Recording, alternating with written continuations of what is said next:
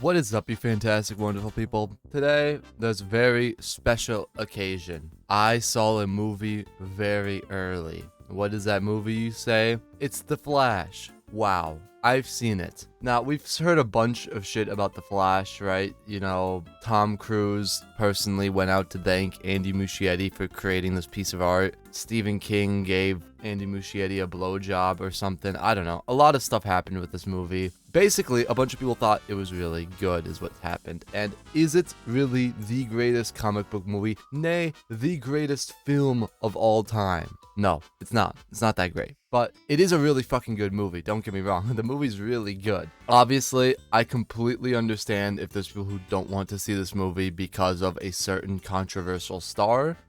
That's completely acceptable. I give them a bit of leeway because this movie was obviously already shot before all the stuff happened. So they were just kind of dealt a shitty hand right there. But get no mistake, Ezra is gone after this movie. There's no way. I probably won't see. I won't see anything else Ezra does as the Flash if they continue with them, because they just can't continue with them. They have to get rid of him. I accept it for this movie because obviously it happened after this movie was shot, but he's gone. He has to be done. But in this movie, does Ezra give a good performance? Yes. Yes, they do. They give a really good performance. I've always kind of liked Ezra's Flash. I thought they've always kind of put, an interesting, not spin, because he kind of does it well. I don't know why I was going to go to spin, but he just kind of has an interesting performance. I think he does it really well, and he plays the Flash well. And in the trailers, you see there's two different types, like two different Flashes, and he plays both of them, and they're both very different people, and he plays them both really well. Other than Ezra, though, I mean, Michael Keaton is easily the star here. Michael Keaton's Batman is fantastic. I love Michael Keaton's Batman, even though I think he's kind of a shitty Batman. He's just so iconic at this point that he just kind of works, He's kind of like Toby to me. Like, Toby, to me, isn't like a good actor or anything, but maybe he is, but I've only ever seen him as Spider-Man, and he's not exactly a great actor in those films. He's just so iconic that you can't help but love Toby and just absolutely adore him, and he was most people's childhood, right? That's kind of what it was with Michael Keaton, so it's just cool to see him again. That theme, ooh, even if Michael Keaton might not be the best Batman, that Batman theme, oh my god, and just hearing it in like cinema speakers, dude, it was something else, really. Even what's the Supergirl, I forget the actor or actress who plays Supergirl in the movie. It's like Sasha Koa or something like that. I don't know, she's great too. The three main stars is what I'm trying to get, are all very great. They all bring great performances, all A games. It's fantastic. The story here is also really good. I really liked what they were doing with the villain. I thought that was a really interesting take, even though it's a bit predictable. Like, you can kind of tell what's gonna happen. At least I was able to kind of tell the second like I kind of started seeing what was going on in the movie. I was like, okay, that's what's happening here, that's what we're doing. But it's kind of interesting, it's kind of cool, and I liked what they did. I wish we got to see more of the villain, because the villain's barely, I don't even think he really makes an appearance in the trailers. It's kind of meant to be this big reveal, although it kind of blunders on the big reveal aspect because it's pretty predictable. But still, it's a nice villain. It's a really cool villain. I wish they had a bit more screen time in the movie. Obviously, the movie is like a multiverse film, and this movie is a multiverse film in the way Doctor Strange was a multiverse film. It's there to provide some fun cameos and bring back some beloved characters, but at the end of the day, the multiverse isn't really necessary to the overall plot of the movie. I would say, like, it kind of is. I don't know.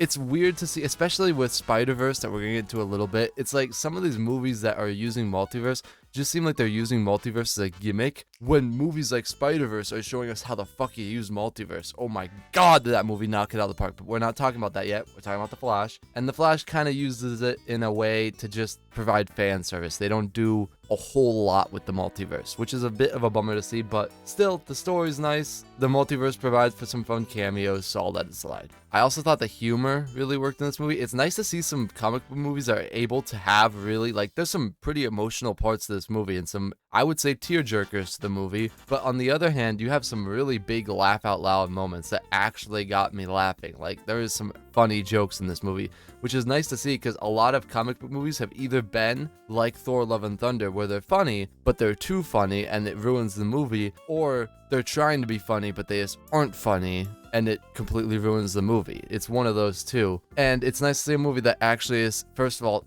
doesn't have too much comedy, but when it does have comedy, it lands and you don't mind it because you're laughing your ass off. It's a nice change of pace. I appreciated the comedy. I just wanted to point that. Generally, I don't point out comedy in a film because I don't think it's something that matters that much. But when comic book movies are getting so diluted with comedy, I feel like I had to point out that this one does a good job at dialing it back a little bit. One of the big negatives to this movie is the CGI, how it looked. Now, granted, I should make it clear that they specifically said we saw like an early cut of the movie, so some things might change. They might be able to fix some of the CGI, maybe it'll look better in the final cut. So I don't want to dog too much on CGI, but in the cut I saw, the CGI was a bit rough, and I think the CGI has always been a bit rough for the Flash, especially his running. I don't know why they try to like show him actually running. Just have the little lightning bolt fly across the screen, you know, like just zoom in the streets. They try to like do this whole slow-mo thing, and every time it happens, it just looks so fake.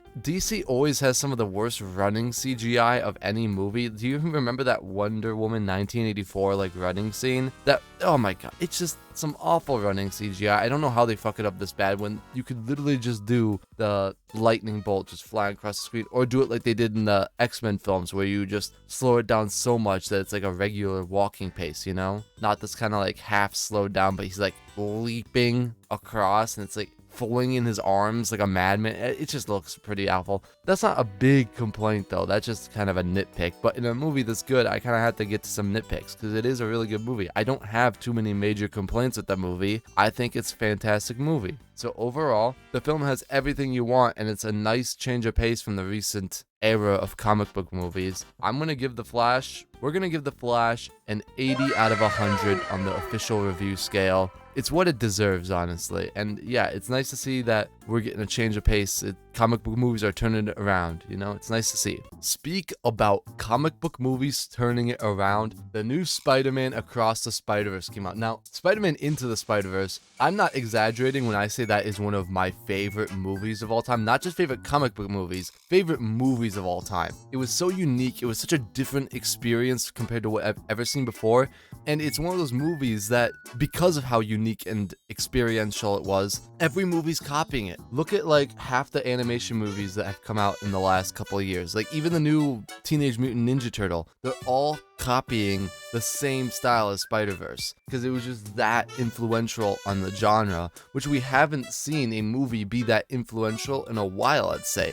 A lot of people are comparing it to The Matrix, and I would say, yeah, that's a good comparison because I think The Matrix is the last time we had a movie as influential as Into the Spider-Verse was. So, I mean, everyone knows how great Into the Spider-Verse was. If you haven't seen it, you're doing a big mistake. You're doing yourself a disservice because the first Into the Spider-Verse, I would honestly probably give that movie a 100 out of 100. It is a fantastic movie that nails it on every accord. Can't praise that movie highly enough. So to say this movie had some big shoes to fill is a bit of an understatement. This movie had shoes the size of Russia to fill, and holy shit, it filled them and exceeded them. The film is spectacular from every step of the means. This movie really puts to shame Marvel in the first place, because this is how you do a fucking multiverse movie. This one multiverse movie has been better than Marvel's entire multiverse saga so far. The multiverse actually ties into the plot. It's not just a gimmick for some cameos. But then when they do give you the cameos, which yes, there are cameos in the movie, we're not going to get into it because this is spoiler-free review,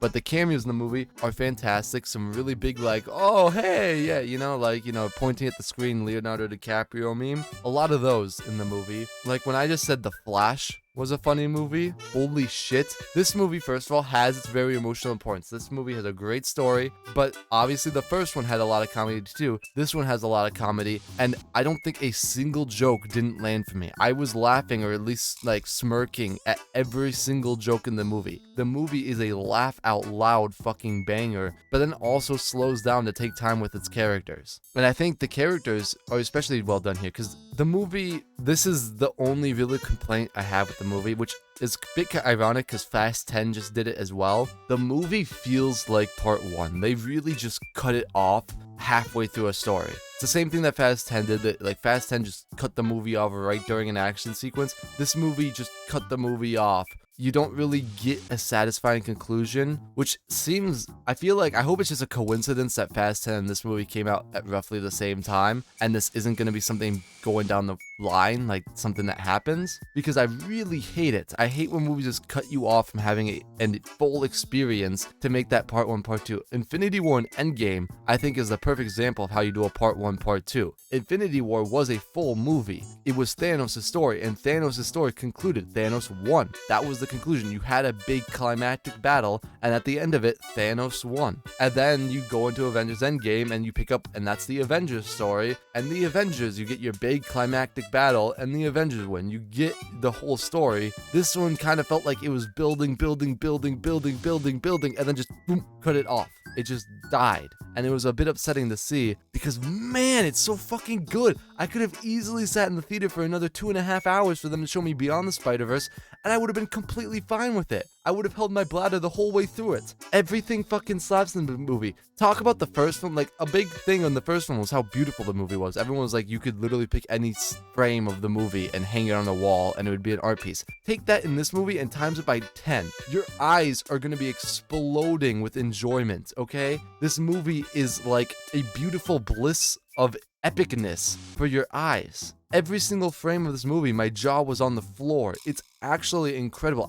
You think I'm exaggerating, but I'm not. The movie is the most beautiful movie I think I've ever seen. Especially with how they did the because they obviously travel the multiverse in this movie a little bit, and every universe has a different style to it, and that just makes it even more interesting. It's not like how in Marvel where every universe kind of looks the same for the most part, you know? This movie, you go from Miles' universe, which has the same style as Into the Spider-Verse did, but then you go to like Gwen's universe. You spend quite a bit of time in Gwen's universe, and hers is a bit more like watercolor, pastel-ish sort of look to it. And then you go to like Spider-Man India's world, and I don't really know how to describe that one, but it's more dotty, I guess. It like has a lot of dots and stuff. Who's that one painter that used the dots and stuff? It kind of feels like that, and it just every single one has a different style to it, and it all works. It's just so beautiful, man. I'm telling you, I've already seen this movie 3 times in theaters, and I am just as hyped to go back and see it a 4th time. I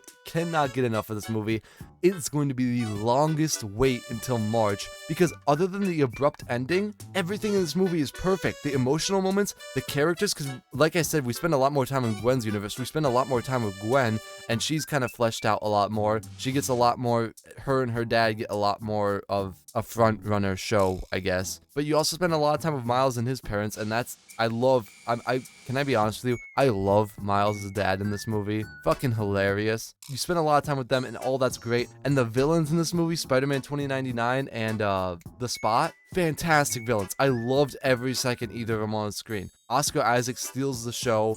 He is fantastic as Spider-Man 2099. I love the whole Spider-Man 2099 story and everything.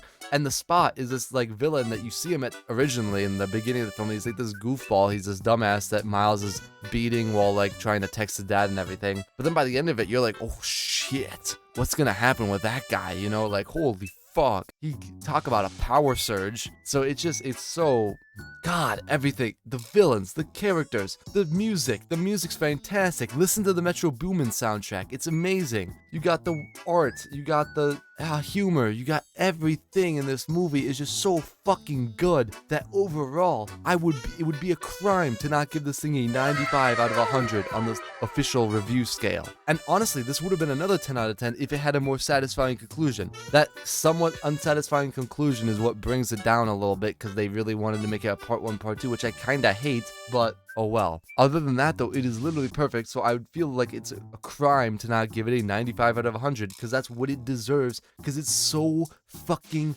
perfect. But with that, ladies and gentlemen, I'm going to stop this review here. I was going to review some other movies, but I didn't really care to. These are the only 2 I really wanted to talk about, and June's going to be a packed month though, so we're going to have more movies to talk about then. But yeah, for right now, toodles.